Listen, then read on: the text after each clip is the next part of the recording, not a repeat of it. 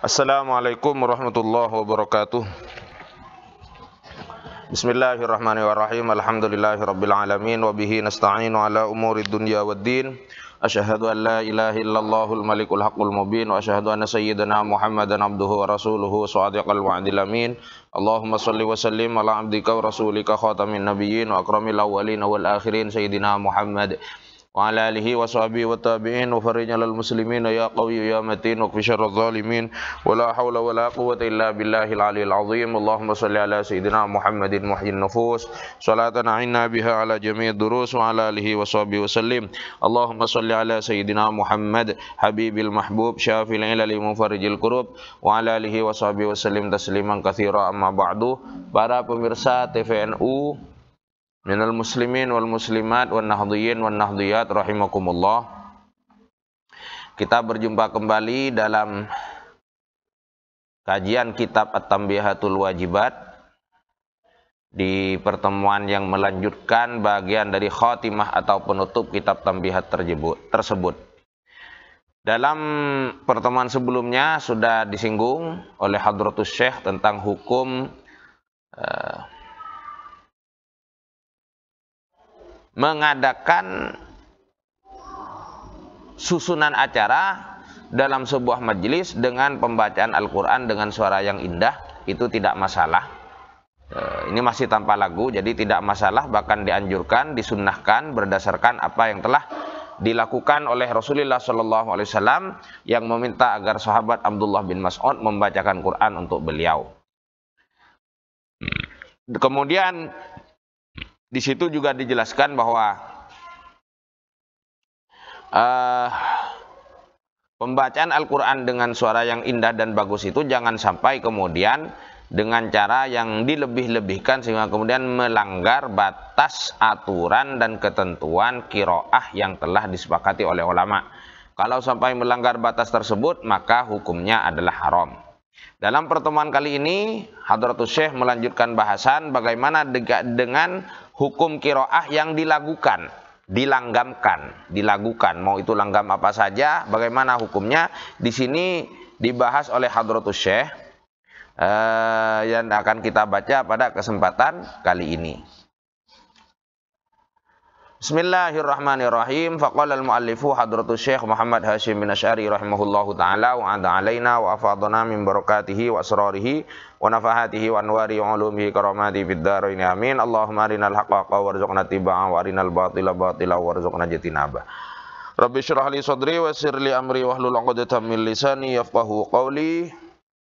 Bismillahirrahmanirrahim. Wa ammal qira'atu bil alhani, adapun membaca Al-Qur'an dengan disertai langgam, lagu. Faqad qala Asy-Syafi'i rahimahullahu taala fi maudhi'in, maka terkait hal ini dalam sebuah kesempatan, dalam sebuah referensi, Imam Syafi'i rahimahullah berkata, akrahuha. Bagaimana dengan qiraah yang disertai langgam atau lagu? Dalam sebuah referensi Imam Syafi'i berkata akrahuha, aku tidak suka. Wa qala fi maudhi'in, tapi Imam Syafi'i dalam kesempatan yang lain, dalam referensi lain beliau berkata la akrahuha, aku tidak membencinya. Di kesempatan yang lain Imam Syafi'i berkata aku tidak menyukainya, yang di kesempatan lain Imam Syafi'i berkata aku tidak membencinya. Lalu qala ashabuna, para ulama penganut mazhab Syafi'i kemudian berkata, menjelaskan adanya pernyataan yang seolah-olah kontradiksi tersebut, menjelaskan laisat ala qaulaini. Hukum sebenarnya qiraah bil alhan atau membaca Al-Qur'an dengan lagu itu tidak kemudian pasti berdasarkan dua kata-kata itu. Aku tidak suka dan aku tidak benci, tetapi bal fihi tafsilun, hukumnya ditafsil, diperinci. In afrotoh fit tamtiti, jika si pembaca melampaui batas dalam memanjangkan, mendayu-dayukan, melagukan, melampaui batas, fajawazal haddah, kemudian melampaui batas yang terkait hukum qiraah yang telah disepakati ulama, fahuwallazi karihahu, maka inilah yang tidak disukai Imam Syafi'i. Wa illam yujawizil haddah, tetapi jika tidak melampaui batas, fa huwal ladzi lam yakrahu, inilah yang tidak dibenci oleh Imam Syafi'i. Oke. Wa qala Aqdal Qudatil Mawardi, Aqdal Qudat Al-Mawardi rahimahullahu taala berkata fi kitabil Hawi, dalam kitab beliau Al-Hawi, yang Al-Hawi ini syarah muhtasarnya Al-Muzanni ya. Beliau Aqdal Qudat Al-Mawardi berkata, al-qiraatu bil alhani, pembacaan Quran dengan disertai langgam, al-maudu'ati, yang memang langgam itu dibuat untuk dilagukan, dinyanyikan.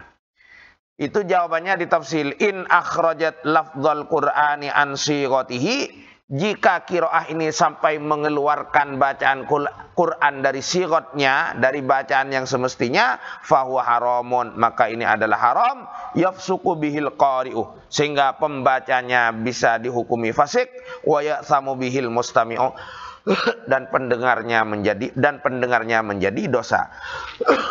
Li'annahu baddala bihi an nahjihil qawim, karena qiraah yang seperti itu, qiraah yang sampai melampaui batas seperti itu, melampaui atau keluar dari sigat yang semestinya, itu baddala bihi an nahjihil qawim, karena berarti mengganti Al-Quran dari metodenya yang telah kokoh, ilal i'wijaji, ke metode yang meliuk-liuk.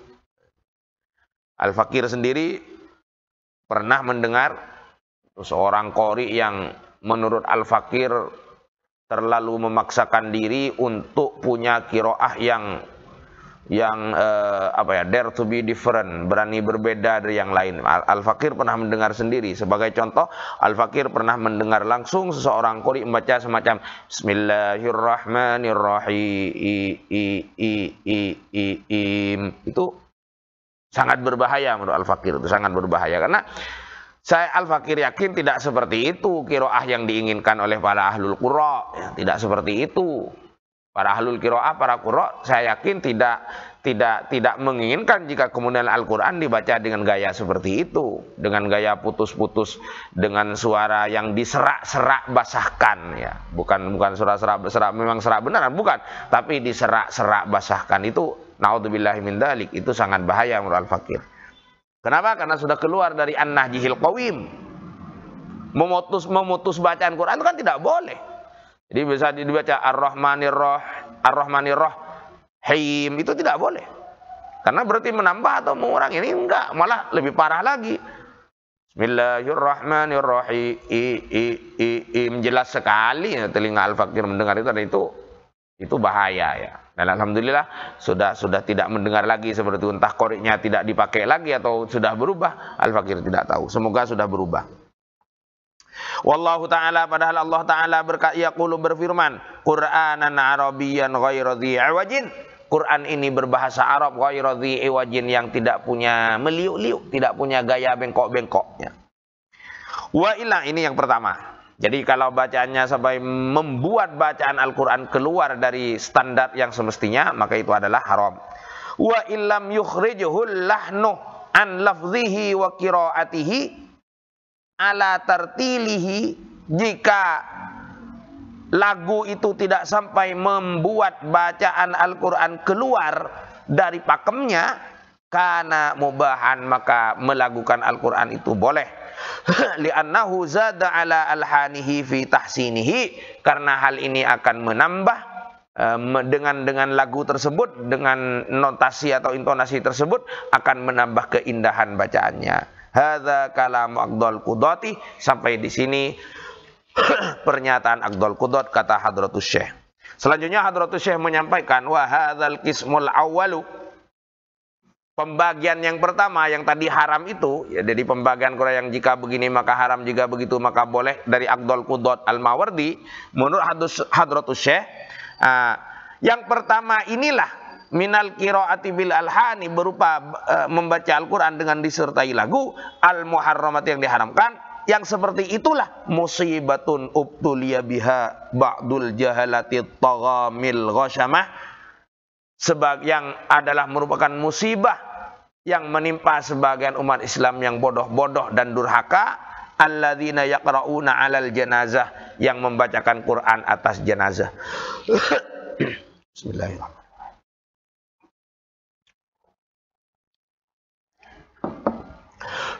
Sampai di sini dulu. Jadi yaqra'unal Quran al janazah ini kembali kepada penjelasan tentang para ulama terkait membacakan Al-Quran untuk jenazah.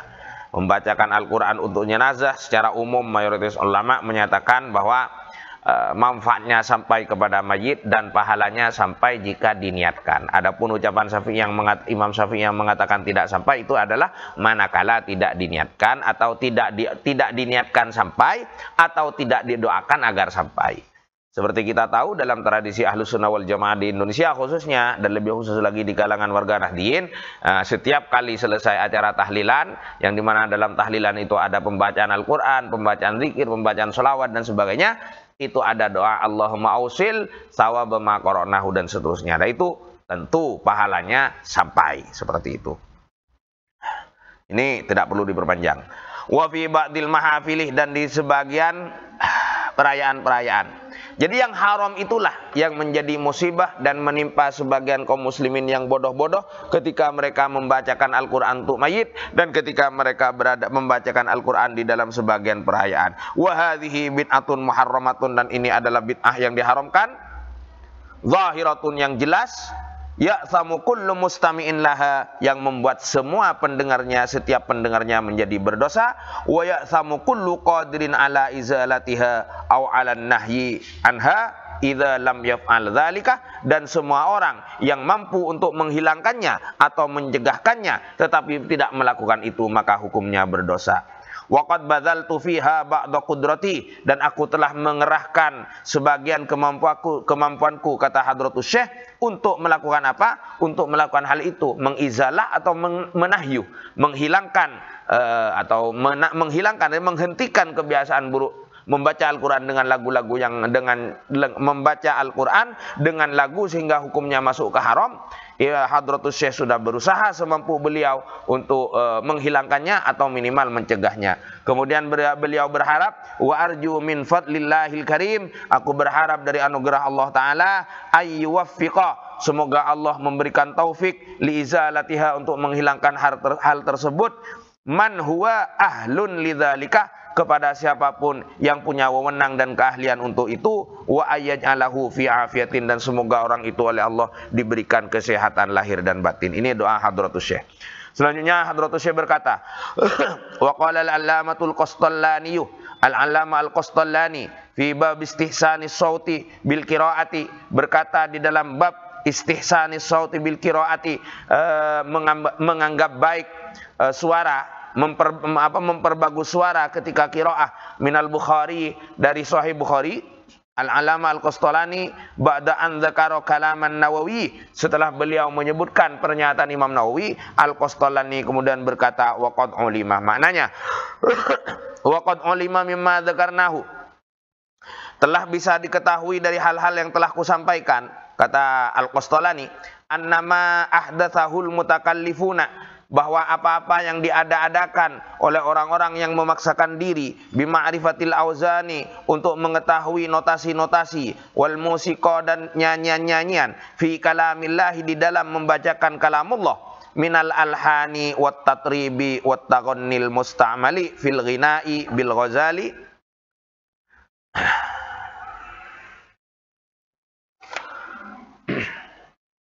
Di dalam membaca kalam Allah berupa apa saja hal yang dianggap diada-adakan oleh kaum yang memaksakan diri, itu berupa minal alhani, berupa lagu-lagu, wat tatribi, dan joget-joget, wat taghanni, dan